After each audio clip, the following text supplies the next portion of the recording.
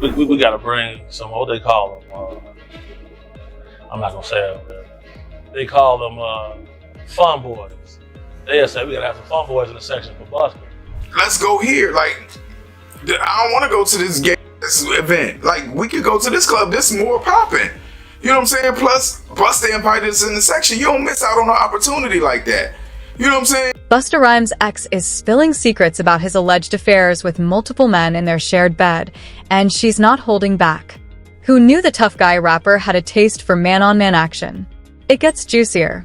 Rumors claim Busta and Diddy have been swapping more than just Vaseline and baby oil, getting freaky together. And what else do they share? A reported preference for young men in the industry. The tea is piping hot, and the streets are talking. Stay tuned. This scandal is far from over. 96 words. Can't tell nobody not to say this, not to say that, when he has the right to say what he want to say. And I guess that's why people coming out on Busta Rhymes saying he's zesty now, because he made comments like that. As wild as it sounds, Busta Rhymes' alleged bedroom habits haven't been a well-kept secret, which may explain his over-the-top tough guy persona. Is he really one of the industry's DL men? And does freaky footage of him and Diddy actually exist, locked away in some vault? Let's dive in. 66 words. Out to Wendy Williams, the first woman to uncover the homo stuff. Busta Rhymes has long been a controversial figure in hip-hop, especially when it comes to his relationships with women. His first baby mama, Joanne Wood, has shed light on how toxic their relationship truly was and shared unsettling details about his behavior both with her and with other men. Busta met Joanne in high school. At the time, they couldn't have been more different. Joanne was a shy, quiet girl from a middle-class background, while Busta was a brash, aspiring rapper from Brooklyn, heavily involved in a group called the 5% Nation. Despite these differences, the two began dating and moved in together fairly quickly. However, Joanne later described their relationship as toxic from the start. Their disagreements weren't just about big things but also small, everyday issues, like who left the toilet seat up or why the toothpaste cap was missing. Joanne explained, "He's a Taurus. He's a real arrogant person. He has a problem with everything, but on the other hand, he's soft-hearted." As Busta's career began to take off, the couple's differences became more apparent. He was rising through the ranks of the rap scene as part of the group leaders of the New School, and after their disbandment in the early 90s, Busta embarked on a successful solo career. By 1994, Busta and Joanne had welcomed their son, but their joy was short-lived. Joanne gave birth prematurely at 5 months pregnant, and tragically, their baby boy passed away after only a few hours. Undeterred, the couple tried again, and in 1994, they had a son, Tariah. But as Busta's career continued to soar, the strain on their relationship grew. He was constantly on the road for work, while Joanne stayed home to care for their son. She didn't attend industry events or engage in the celebrity world, not because she didn't want to, but because their relationship was falling apart. Tensions boiled over in 1997 when a gossip site reported that Busta had been caught in bed with another woman. Joanne, understandably, was furious. She reportedly destroyed his car and pulled out several of his locks in a fit of rage. Despite this betrayal, the couple continued their on-again, off-again relationship. Joanne later revealed that Busta had proposed to her 3 different times, and each time, she accepted, but the weddings never happened. Though she was aware of his infidelities, she never seemed to worry about him being with other women. She claimed, "If he was, I didn't know about it." But Joanne also acknowledged that she suspected Busta might have been involved with men, even though she never publicly stated it. Their relationship remained complicated, and they eventually had 2 more children, sons Tiki and Trillian. However, Busta continued to cheat, and in 1999, a paternity test confirmed that he had fathered a baby girl, Mariah, with a woman named Jill Skelly. The same year, he had another daughter, Casey, with a woman named Rhonda. Eventually, Joanne had enough of Busta's infidelities and the toxic environment their relationship had become. She decided to end things, but Busta was determined not to let her go without a fight. The two went to court, launching a bitter custody battle over their 3 children. Busta, who had a history of cheating and spending long stretches away from home due to his career, sought full custody of their children. Ironically, one of his main arguments was that Joanne had started seeing a woman, and he claimed her lifestyle would negatively impact their kids. Joanne's lawyer quickly shot down his accusations, arguing that Busta had no ground to stand on when it came to questioning her parenting. One of the key pieces of evidence Busta presented in court was that their son had once walked in on Joanne and her new girlfriend in the bedroom. Joanne's lawyer countered, asking where she was supposed to be intimate if not the bedroom. Through all the drama and turmoil, Joanne's recounting paints a troubling picture of Busta's behavior throughout their relationship. From his infidelities to his efforts to manipulate the court system, it's clear that their relationship was anything but healthy. Yet, despite all of this, Busta's career continued to thrive while Joanne bore the emotional weight of their broken relationship. In the end, their story is one of heartbreak, toxic patterns, and a cautionary tale about fame, betrayal, and the struggles that often go unnoticed behind the glitz and glamour of the spotlight. For reasons that remain unclear, the court sided with Busta Rhymes and granted him full custody of their children, leaving Joanne with only visitation rights twice a week and every other weekend. Ironically, Busta wasn't even going to be the one taking care of the kids. Despite having full custody, he was always away on tour. Instead, the children were ordered to live with Busta's mother in New York. Joanne was devastated by the decision, especially because she felt Busta was using the kids as a way to get back at her for leaving him to be with a woman. Joanne couldn't understand why Busta fought so hard for full custody if he wasn't even going to be around for his children. She said, "He's a great father when it comes to sitting down and talking to the kids, and we can agree on certain things, but I have to say this. Fighting me because your ego is hurt, you're not hurting me, he's hurting the kids." On top of that, Joanne accused Busta's mother of bad-mouthing her in front of the kids, claiming that they would repeat hurtful things she'd said about her. She alleged, "My kids can repeat verbatim what she says about me, especially my oldest one. Oh, I'm a gold digger, I'm money hungry, I'm a expletive, I'm a lesbian B. You name it, she has called me everything." During the promotion of his 7th studio album, The Big Bang, Busta seemed to have no qualms about airing their dirty laundry.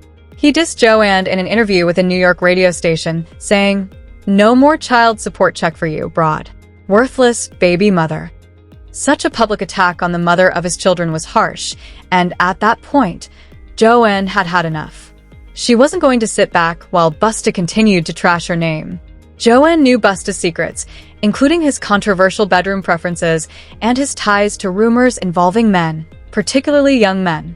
This wasn't a new topic. There have been whispers in the industry for years about Busta's supposed ties to the DL, down low, lifestyle. Wendy Williams had even hinted at it in the past, calling out Busta among other industry figures. While Wendy was one of the few willing to expose these toxic, closeted men, Busta always shut down such rumors. In fact, when Wendy exposed Diddy's shady affairs, Diddy allegedly made calls to get Wendy fired and ruin her career. Nonetheless, Wendy believed that Busta, like Diddy, was involved in the secretive world of men hiding their true identities behind toxic masculinity. Stories of Diddy like shooting people, Yeah. blowing up cars. Yeah. Is he this gangster that behind the scenes is that him? Or is that Shout out to Wendy Williams,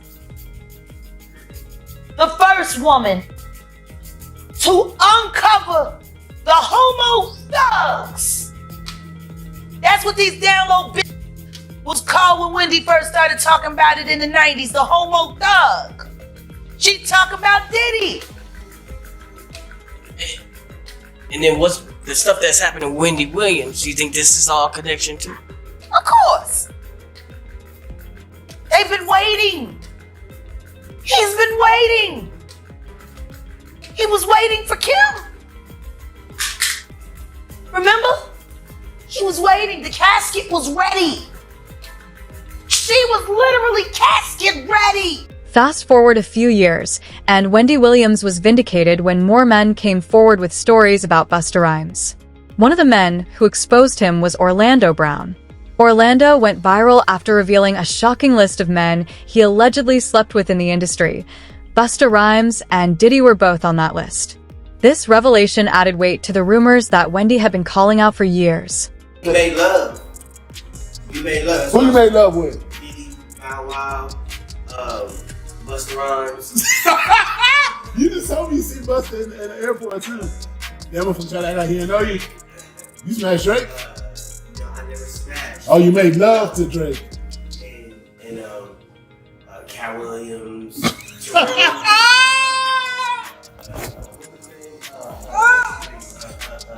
Bro, you smashing a lot of people.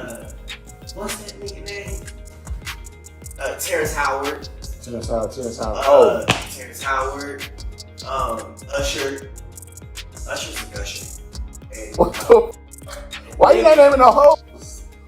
I'm telling you, bro. It's my dad's friends. My dad's his baddest friends on it. Who's your dad? Lucifer.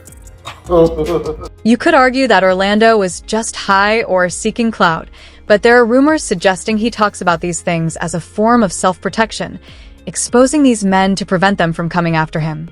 His revelations might be his way of defending himself. And I guess that's why people coming out on Busta Rhymes saying he's zesty now. Because he made comments like that. But not one time, you know, did he speak on his relationship with Diddy? Has he been to the Diddy party? Has he been to the after party? Did he say, well, I've never been to an after party, so y'all gotta wait to speak? You could argue that Orlando was just high or seeking clout, but there are rumors suggesting he talks about these things as a form of self-protection, exposing these men to prevent them from coming after him. His revelations might be his way of defending himself. Yeah. Super zest monster. For sure, bro. That's my thing, bro. Like, this been common knowledge, though. Like, all my promoter homies would always say, we gotta bring some. We gotta bring some, what they call them. I'm not gonna say it on there. They call them fun boys. They'll say, we gotta have some fun boys in the section for Busta. Big homie CC recounted an incident when he, a model friend, and a lawyer were at the same club as Busta. According to Big Homie, the moment Busta saw the lawyer, he practically started drooling, desperately trying to get him to come to his section. Busta allegedly didn't stop pursuing the lawyer until he finally gave in and joined him, partying with Busta for the entire night. On my soul, I'm out with a group of people. At this time, I was with Don Benjamin. You familiar with him? No, never heard of him. Model dude, like a model guy. He be doing like some rapping and stuff. His name Don Benjamin. I'm out with Don Benjamin. And the club we ended up going to, Busta Rhymes in there. So it was this little lawyer guy that was with us. And the little lawyer guy we was with, you know, he was a gay dude, super cool, feel me, good guy. Bro, Busta Rhymes wanted him in his section so bad. Like, what? Pulled him to the section, like through the rope, and tucked him off in the corner. So I'm looking like, well, he ain't come with us. Well, I know he was in the little group. So if I go out with somebody, like a group of people, I try to make sure everybody get there together and leave together. Oh, he stayed with them. He stayed in there with them, bro. For sure, bro. You ain't never heard about this before, have you? Bro, this is common knowledge, bro. Like, if you in the mix, bro. If you in the mix, like I've been in the mix, you know that. Big Homie also pointed out how suspicious it is that Busta gets angry when women fan out around him, yet shows no similar energy when men do the same. It raised serious questions about his behavior. You notice, like, there's countless videos of Busta Rhymes getting mad at females for just being girls. This girl touched him one time, he go crazy, throw a drink on her and everything. See what I'm saying? Like, what? Why you getting mad at females? You go to these guys, they in the club, go to their section. It's all men in the section. That ain't weird to nobody. I'm going to the bar, sorry. And honestly, Big Homie isn't lying. Busta has been spotted multiple times being aggressive with female fans over the smallest things, almost like he can't stand women. Just when you think things can't get any shadier, a YouTuber named Tripper spilled some hot tea. He shared how he ran into Busta Rhymes while returning from a Halloween party with his friend. The moment Busta locked eyes with him, he started acting desperate and down bad, making things even more suspicious. New York City, going to a club. It was Halloween weekend, everybody was out. And it was this party we was going to, me, my boy, and his friend that had came in from Detroit.